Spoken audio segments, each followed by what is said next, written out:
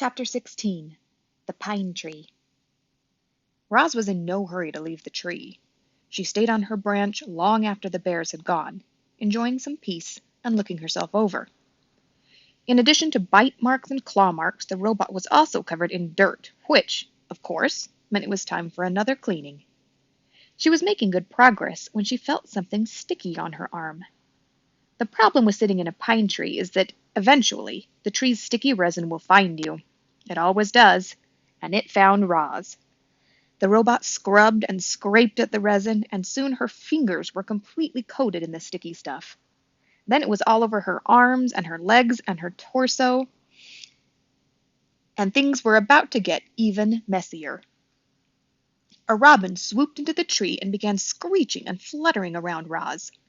The bird had recently finished building herself a new nest.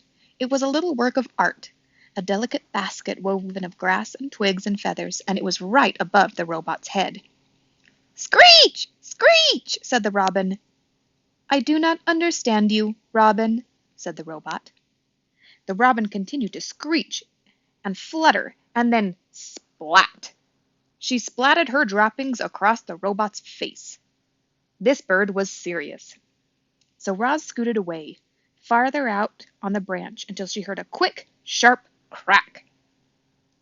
Before Roz knew what was happening, the tree branch snapped under her weight and she went crashing to the forest floor. She hit the ground hard and lay there as broken branches and pine cones and needles showered down on top of her.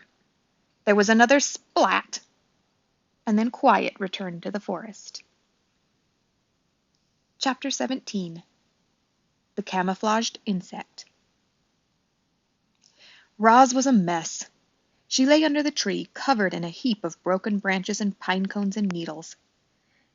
She still hadn't removed the sticky resin from her body. And then there was the bird droppings. She was about to get up and give herself a rigorous cleaning when she noticed a peculiar twig. The twig was moving. It was crawling along one of the broken branches on the ground.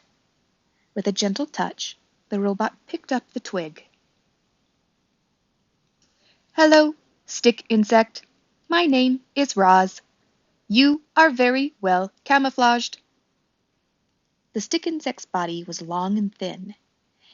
He had the same shape and colors and markings as a real twig, but if you looked closely, you just might see 2 tiny eyes and 2 spindly antennae. The insect didn't make a sound, and he sat perfectly still as the robot. The 2 of them sat still and silently stared at each other for a while. "Thank you, stick insect," said Roz as she placed him back where she found him. "You have taught me an important lesson. I can see how camouflage helps you survive. Perhaps it could help me survive also." Chapter 18. The Camouflaged Robot. As you know, reader, Roz had always liked to keep herself as clean as possible, but her desire to stay alive was stronger than her desire to stay clean, and our robot decided it was time she got dirty. Roz was going to camouflage herself. She'd gotten the idea from the stick insect, but Roz quickly realized that camouflaging herself as a twig was out of the question. No, the robot would have to blend into the landscape itself. She began smearing handfuls of thick mud over her entire body. Then she plucked ferns and grasses from the ground and sank their roots into her new muddy coating. She placed colorful flowers around her face to disguise her glowing eyes, and any bare patches were covered with tree leaves and strips of moss. Our robot now looked like a great tuft of plants walking through the forest. She waited for darkness, and then she padded to the center of a clearing, nestled herself between some rocks, and became part of the landscape. A few hours later, the sky was brightening, the fog was lifting, the nighttime animals were slinking home, and the daytime animals were beginning to stir. It was just an ordinary morning on the island. However, there was that new tuft of plants in that one forest clearing. Only the bees had noticed the tuft. They buzzed around it, completely unaware that the robot was hidden underneath. And so Roz sat there, right in the open, yet completely unseen, and observed the wilderness around her. She watched the flowers slowly turn toward the sun. She listened to the rodents crawl through the weeds. She smelled the moist, piney air. She felt the worms wiggle against her muddy sides. A week later, the tuft of plants was gone, but there was a new clump of seaweed on the shore. A week after that, the clump of seaweed was gone, but there was a new bramble on the mountain. Then there was a new log on the riverbank. Then a new rock in the forest. Chapter 19. Observations. Clouds scudded through the sky. Spiders spun intricate webs. Berries beckoned to hungry mouths. Fox stalked hares. Mushrooms rose up from leaf litter. Turtles plopped into ponds. Moss spread across tree roots. Vultures hunched over carcasses. Ocean waves beat against the coastline. Tadpoles became frogs. Caterpillars became butterflies. A camouflage robot observed it all. Chapter 20. The Language of the Animals. It started with the birds. They had always been skittish when the robot was near.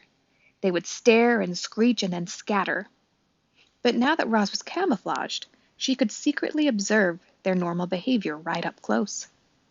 Roz noticed chickadees fluttering through the same flowers and singing the same song every morning.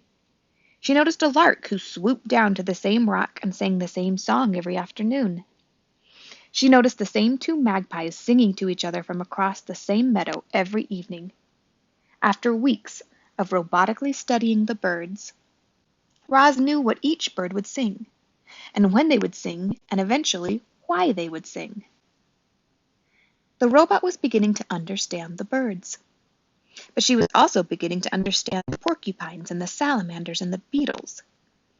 She discovered that all different animals shared one common language. They just spoke the language in different ways.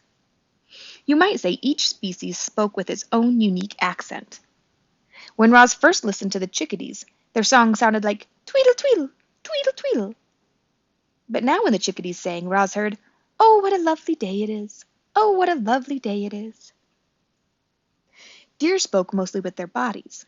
By simply turning her head, a doe could say to her family, "Let's look for clover over by the stream." Snakes often hissed to themselves things like, "I know there's a tasty mouse around here somewhere." Bees said very little. They used their wings to buzz a few simple words like nectar and sun and hive. Frogs spent much of their time searching for each other. One would croak, "Where are you? I can't see you." And then another would reply, "I'm over here. Follow my voice." When Roz first stomped across the island, the animal squawks and growls and chirps had sounded like nothing more than meaningless noise. But she no longer heard animal noises. Now she heard animal words.